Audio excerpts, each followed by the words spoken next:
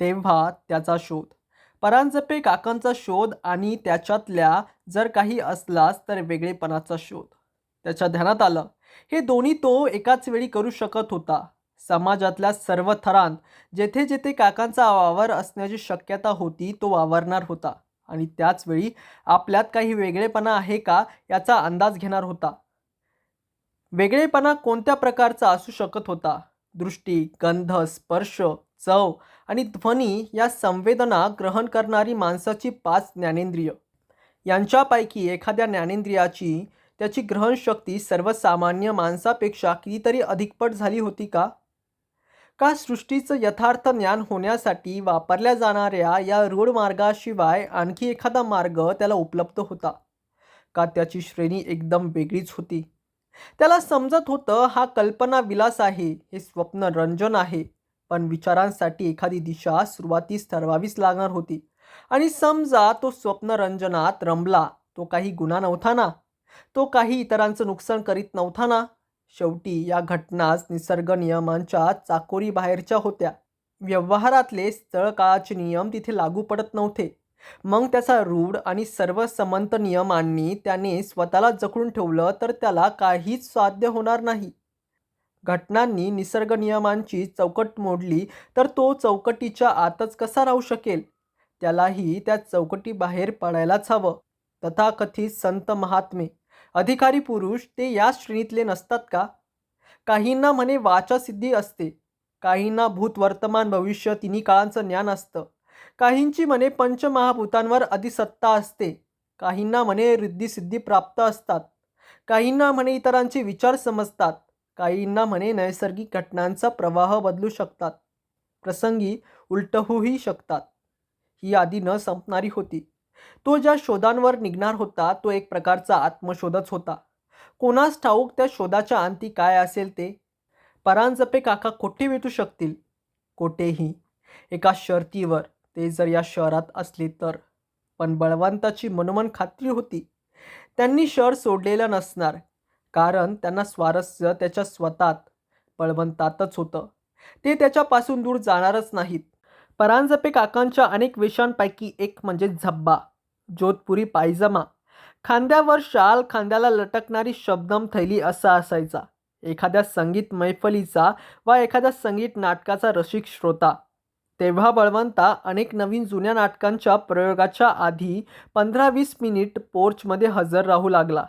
ही अशी रईस मंडळी दुसरी घंटा झाल्यानंतर सावकाश येणार, पण परांजपे काका दिसले नाहीत. ख्यातनाम गायक वादकांच्या मैफिलींना तो हजर राहिला, पण परांजपे काका दिसले नाहीत. अनेकदा परांजपे काका डॅनिम जॅकेट, सनकॅप, खांद्याला बायनॉक्युलर अशा वेशात आले होते. एखाद्या स्पोर्ट्सचा किंवा रेसिंगचा शौकीन. अनेक रेसेसना बळवंता हजर राहिला. बायनॉक्युलरमधून त्याने प्रेक्षकांची निरीक्षणही केली. तसे अनेक करीत होते म्हणा, पण त्याला परांजपे काका दिसले नाहीत. रेसिंगमध्ये त्याला स्वारस्य नव्हतं. पण स्वतःत काही वेगळी शक्ती आहे का हे आजमावण्याचा एक प्रयोग म्हणून त्याने एक दोनदा एक असे विलक्षण ऑड्स असलेल्या अगदी रँक आउटसायडरवर पैसे लावले होते आणि सर्वांना आश्चर्याचा धक्का देत तो घोडा शर्यत जिंकत होता अशी चित्र मनासमोर आणली होती. मनाचं सर्व जोर लावून त्यासाठी अगदी आटापिटा केला होता, पण त्याचा घोडा 5 लेंग्थनी मागच राहिला. तेव्हा ती वाट त्याची नव्हती हे उघड झालं. परांजपे काका कदाचित रोटरी, लायन इत्यादी संघटनांचे सभासद असतीलही, पण त्याला तिथे प्रवेश नव्हता. पण या संस्थांतर्फे आयोजित करण्यात आलेल्या कार्यक्रमांना तो आवर्जून उपस्थित राहत होता. पण परांजपे काका त्याला दिसले नाहीत. पण या निमित्ताने समाजातल्या सर्व थरांतून वावरण्याची त्याला एक सवय झाली. आर्थिक, सामाजिक, शैक्षणिक, व्यावसायिक सर्वच बाबतीत हे थर आपापलं वेगळेपण जपून होते. कदाचित त्यांच्या विचाराच्या पद्धतीही भिन्न भिन्न असतील. त्याला त्या कळतील का? त्याच्या अंगी जर टेलिपॅथीची शक्ती असली तर तेही समजू शकेल. पण त्याचं मन पार कोरच राहिलं. एकाही परक्या विचाराचा हलकासा तरंगही मनापृष्ठावर उमटला नाही. सर्वसामान्यांपेक्षा आपल्यात काहीतरी जास्त आहे ही त्याची कल्पनाच मुळात चूक असण्याची शक्यता होती. पण तो त्याचे दोन्ही शोध थांबवणार नव्हता. परांजपे काकांचा शोध आणि त्याचा स्वतःचा आत्मशोध. शोध घ्यायला तर काही कष्ट पडत नव्हते ना. जानोरीकरांच्या मुलाने बंगला विकून टाकलेला दिसला. त्या वास्तूत त्याच्या वडिलांचा अपघाती आणि दुर्दैवी मृत्यू झाला होता. ती वास्तू त्याला अत्यंत अप्रिय असणार यात शंका नव्हती आणि ते चूकही नव्हतं. जागा कोणा प्रॉपर्टी डेव्हलपरला विकलेली दिसली, कारण बंगल्याच्या आवारात एके दिवशी एक मोठी पाटी उभी करण्यात आली. Sunshine group project, site for luxurious residential and commercial premises. 16 जुने बंगले वाडे जाऊन तिथे 5, 7, 10 मजली इमारती उभ्या राहण्याची प्रक्रिया सर्व शहरातच चालू होती. आता ती इमारत पाडतील, नाव निशाणाही मागे राहणार नाही. पण दगड, विटा, लोखंड, काचा फारशा काढून टाकल्याने, वास्तूची जागा साफ केल्याने तिथला दृष्ट स्वभाव जाणार होता का? कदाचित ते जमिनीखाली दबा धरून बसायचं आणि नवीन इमारत उभी होताच त्यात घुसायचं आणि अश्राप निरपराध लोक इमारतीत राहायला यायचे. तो जर गप्प बसला तर ते सीन ऑफ ओमिशन होणार नाही का?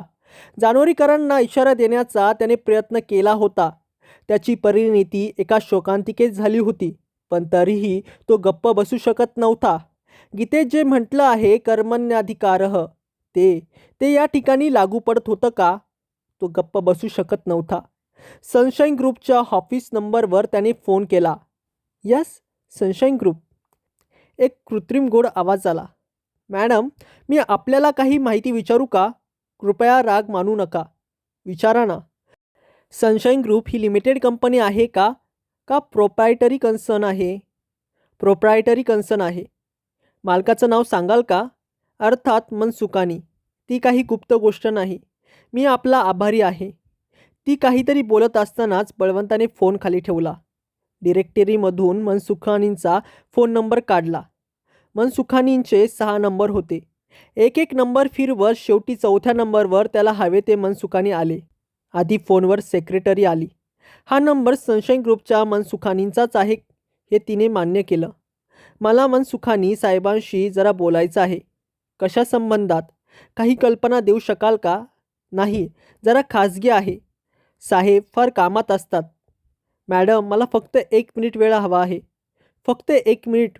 ओके, जरा थांबा हं. काही वेळ फोनवर संगीताची धून आली. हॅलो, मी मनसुखानी. फोनवर करडा आवाज आला. आपण मला ओळखत नाही. माझं म्हणणं फक्त ऐकून घ्या.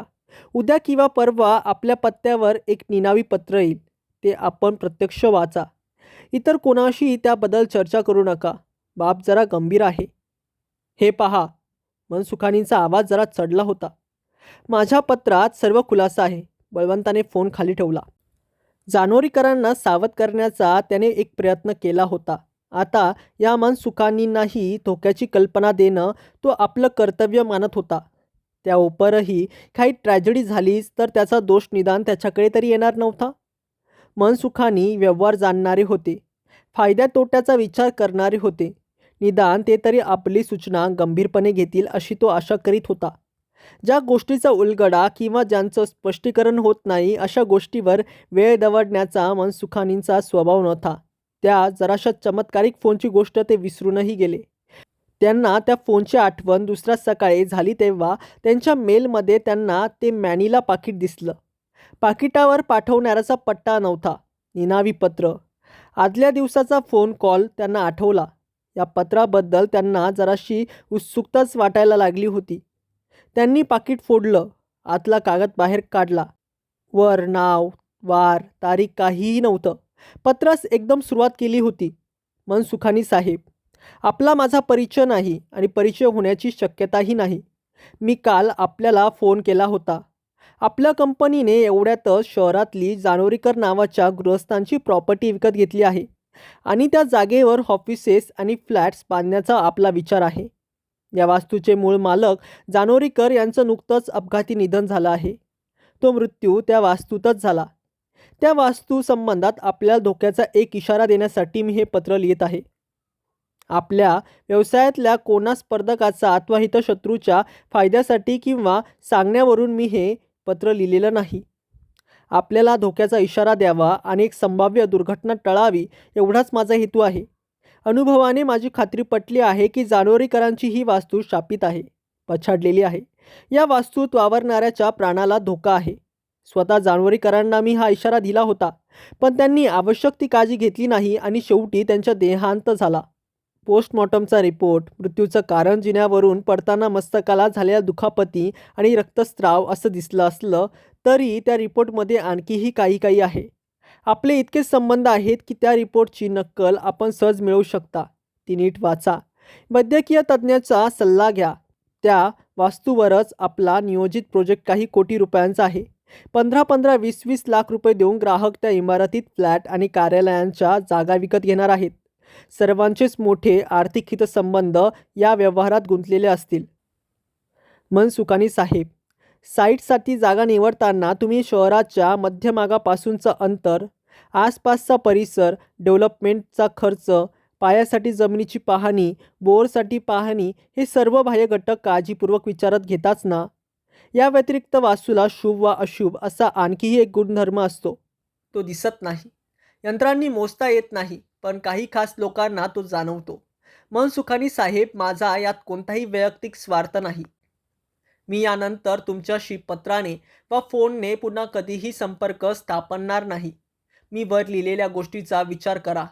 तुमच्या बांधकामात तुम्ही जसे architect, RCC expert, interior designer अशा तज्ज्ञांवर अवलंबून राहता, स्वतः कोणताही निर्णय घेत नाही, तशीच ही बाब आहे. या विषयातल्या एखाद्या जाणकाराचा सल्ला घ्या, त्याची मदत घ्या आणि तेच तुमच्या फायद्याचं होईल. मनसुखानींना पत्र वाचता वाचता सुरुवातीस फारच राग आला होता, पण पत्राचा शेवट येईपर्यंत तो राग विरघळून गेला होता. पत्रलेखकाने त्यांच्याकडे कसलीही मागणी केली नव्हती. सुरुवातीस पत्र फोडताना त्यांना खरोखरच शंका आली होती की ही एक खंडणीची मागणी असेल. ती कशी हाताळायची याचे त्यांचे मार्ग ठरलेले होते. पुन्हा कॉन्टॅक्ट करणार नाहीत लिहत होता, पण त्यावर विश्वास ठेवण्यात काही अर्थ नव्हता. माणसं आपला शब्द क्वचित पाळतात, पण त्याच्या इतर सूचना, त्यात कितपत तथ्य होतं? त्यांना प्रत्यक्ष अनुभव नसला तरी कानांवर नाना प्रकारच्या गोष्टी येतच असत. ही गोष्ट तुम्ही स्वतःशीच ठेवा. वाच्यता करू नका ही लेखकाची सूचना अगदी व्यवहार्य होती. हे मात्र त्याला नाईलाजाने मान्य करावंच लागलं. या पत्रातला मजकूर इतरांच्या कानावर गेला तर पराचा कावळा व्हायला काय उशीर? आणि अशा गोष्टी काही घालून सर्वत्र प्रस्तुत करणारे होतेच. आणि अगदी शेवटचा स्तर म्हणजे प्रत्यक्ष मजुरी करणारे कामगार, अडाणी आणि अंधश्रद्धाळू. त्यांच्यात तर ही विषवल्ली फोफावायला मुळीच उशीर लागणार नाही. जाणकाराचा सल्ला घ्या ही सूचना ही त्यांच्या स्वतःबद्दलच्या अभिमानाला झोंबली तरी योग्य होती. अशी माणसं असतात का आणि त्यांच्यावर विश्वास ठेवायचा का हेही प्रश्नच होते. पण शोध घ्यायला हरकत नव्हती. त्या पोस्टमॉर्टमचा रिपोर्ट पाहण्याची बाब हातात होती. ताबडतोब करता येण्यासारखी होती. ऑफिसमध्ये गोडसे नावाचा एक चलाक माणूस होता. त्याला बोलावून घेऊन त्यांनी त्याच्यावर त्या रिपोर्टची नक्कल मिळवून आणण्याचं काम सोपवलं. अगदी साध्या आवाजात, फार महत्त्वाचं काम नाही असं कोणाचाच संशय जागा व्हायला नको होता. दुसरी गोष्ट जरा कठीण होती आणि कोणाच्याही ध्यानात येणार नाही अशी रीतीने करायची म्हणजे कठीण होती. असा कोण होता की ज्याच्याशी ते अगदी विश्वासाने बिनधास्तपणे बोलू शकतील? शंकरराव गुजर.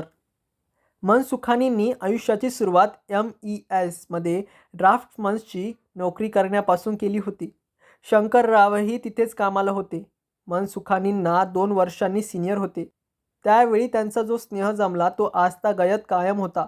5-1 वर्षातच नोकरी सोडून मनसुखानींनी स्वतःचा एक कॉन्ट्रॅक्टरचा व्यवसाय सुरू केला. शंकररावांना धंद्यात भागीदार म्हणून येण्याची त्यांनी अनेकदा विनंती केली. शंकरराव म्हणजे 100% प्रामाणिक माणूस आणि धार्मिक.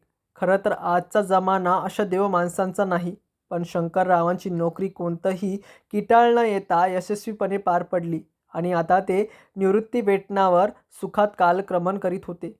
मुलगा स्कॉलर होता. त्यालाही मनसुखानींनी चांगल्या नोकरीची ऑफर दिली होती, पण तो परदेशात गेला होता. शंकररावांच्या राहत्या ब्लॉकच्या बदल्यात मनसुखानींनी आपल्या एका प्रोजेक्टमधल्या 2 BHKचा फ्लॅट शंकररावांना देऊ केला होता. पण शंकरराव होते तिथे सुखसमाधाने राहत होते. साऱ्या जगात शंकरराव हे असे एकच होते की जे मनसुखानींना दुसरं कोणी हजर नसताना ए सिंध्या अशी हाक मारू शकत असत. ते एकच होते की जे मिसेस सती मनसुखानींना ए सती सावित्री चहा हवा म्हणू शकत असत. कारण मनसुखानी त्यांच्या चाळीतल्या 2 खोल्यांत राहत असत तेव्हापासून शंकरराव त्यांच्याकडे येत होते. दोघांपैकी कोणाचीही दुसऱ्याकडून काडी इतकीही अपेक्षा नव्हती. खऱ्या निर्व्याज मैत्रीचा तो उत्तम नमुना होता. मनसुखाने शंकररावांकडे आले तरीही त्यांची गाडी कोपऱ्यावरच उभी करीत आणि 50-60 पावलं चालत येत.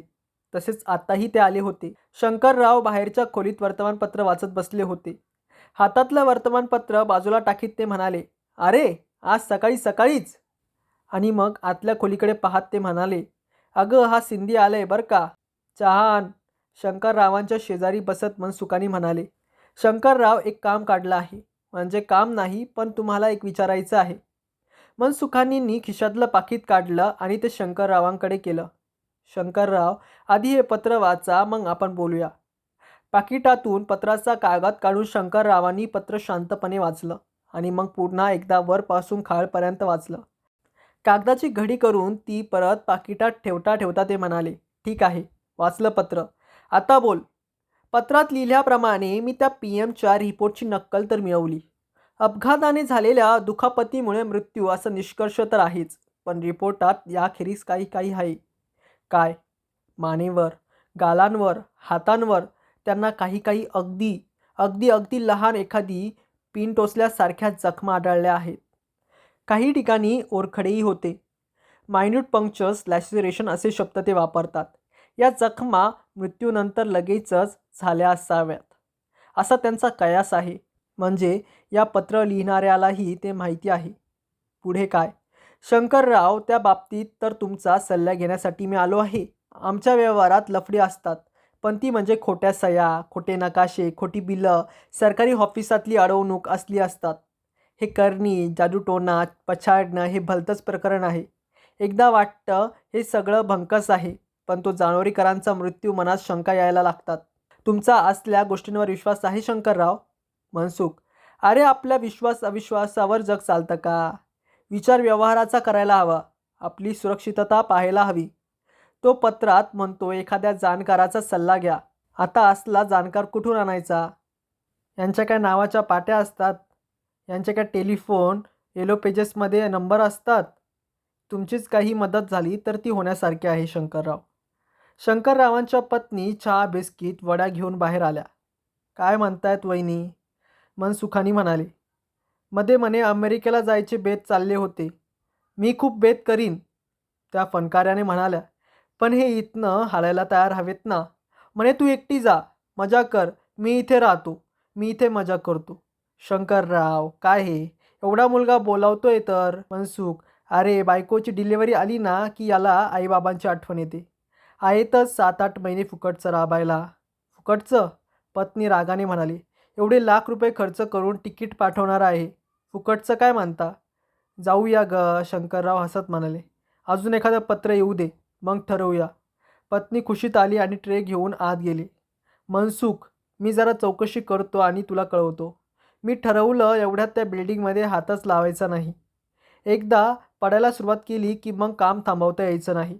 तुमच्याकडून काहीतरी समजेपर्यंत मी काहीही हालचाल करीत नाही. आणि शंकरराव, पैशांकडे अजिबात पाहू नका. प्रत्येक व्यवसायातल्या एक्सपर्टला त्याची किंमत द्यावीच लागते. तेव्हा पैशांची फिकर नाही, समजलं? मनसुख: आणखी एक वाटतं बघ. ज्या माणसाने तुला पत्र लिहिलं त्याचा यामागे काय हेतू आहे याचा विचार तरी केला आहे का? वरवर पाहता तरी त्याची कारणं संयुक्तिक वाटतात. पूर्वी एकाला त्या वास्तूत अगदी मृत्यूला समोरं जावं लागलं. तशी वेळ पुन्हा येऊ नये. म्हणजे तो तुला तुझा वैरी दुश्मन असा वाटत नाही? नाही. मग त्याची गाठ घेता येते का पहा की. पण पत्र निनावी, पत्ता नाही, कसा शोध लागणार? पण काही काही अंदाज तर बांधता येतात की नाही? काही काही तर्क तर करता येतात की नाही? उदाहरणार्थ, तो त्या बंगल्याच्या आसपासच राहत असला पाहिजे. त्याखेरीज त्या जानोरीकरांचा अपघाती मृत्यू आणि तुमच्या ग्रुपने ती वास्तू विकत घेतली वगैरे त्याला समजायला काय मार्ग आहे? पण अगदी हे तर्क लढवले त्यांचा काय उपयोग होणार आहे? त्याला पुन्हा एकदा तुला फोन करायला भाग पाडलं पाहिजे. हल्ली ते कॉलर आयडेंटिफिकेशन ते काहीतरी तंत्र आहे ना. तुम्हाला येणारा फोन कोणत्या नंबरवरून केला गेला आहे ते हल्ली समजतं ना. हो, ती सोय आहे खरी. झालं तर आता असं काहीतरी कर की तो तुला हमखास फोन करील. एकदा तुला त्याचा नंबर मिळाला की मग काम सोपं होईल. काय? शंकरराव: अगदी बेस्ट आयडिया. बघतो आता, पण काहीतरी करतोच. ठीक आहे, मग जाऊ का? आणि आपला मुख्य प्रश्न विसरायचा नाही बरं का?